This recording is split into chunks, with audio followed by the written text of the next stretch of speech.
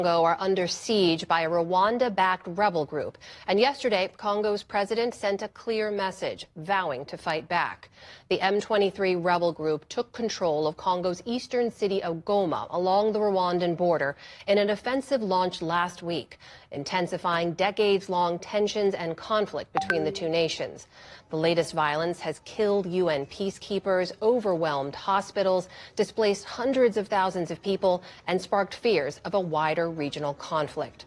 For more now, I'm joined by Therese Kayikwamba Wagner, the Congolese Minister of Foreign Affairs. Madam Minister, welcome. Thanks for being here. Thank you for having me. So can you just share with us the latest from any reports you've received on the ground about the situation in Goma? Has there been any change in the pace or the ferocity of the fighting there?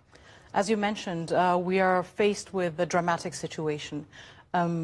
A very dire humanitarian situation that we have been observing for the past months has been exacerbated by the de facto occupation of sovereign Democratic Congo territory by the Rwandan Defense Forces. This has led to the breakdown of all health infrastructures.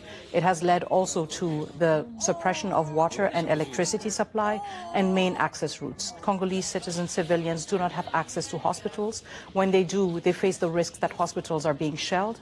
We also have the very troubling fact that within less than a week, 17 peacekeepers, United Nations peacekeepers, were killed in fighting with the Rwandan Defense Forces and their militia, the M23. It is an extremely preoccupying situation when it comes to the humanitarian aspect, but also the regional peace that is at stake. Now, you mentioned the Rwandan Defense Forces. We should point out that Rwanda says that they are not backing this M23 rebel group.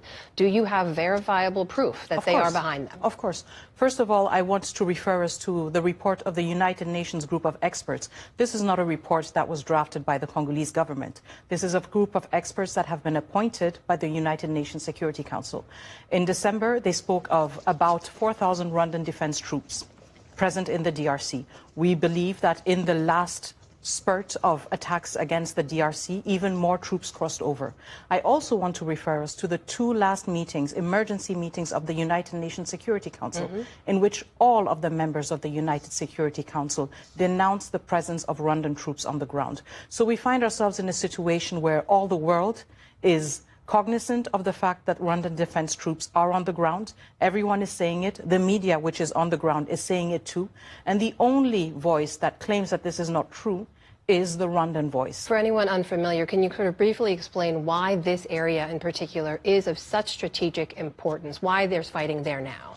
The Rwandan Defense Forces have been occupying very strategic areas in eastern DRC. I want to speak about Rubaya. Rubaya is mine in all of the region. According to United Nations experts, Rwandan Defense Forces have used forced labor to force children, women, and men to mine artisanal mines to get coltan.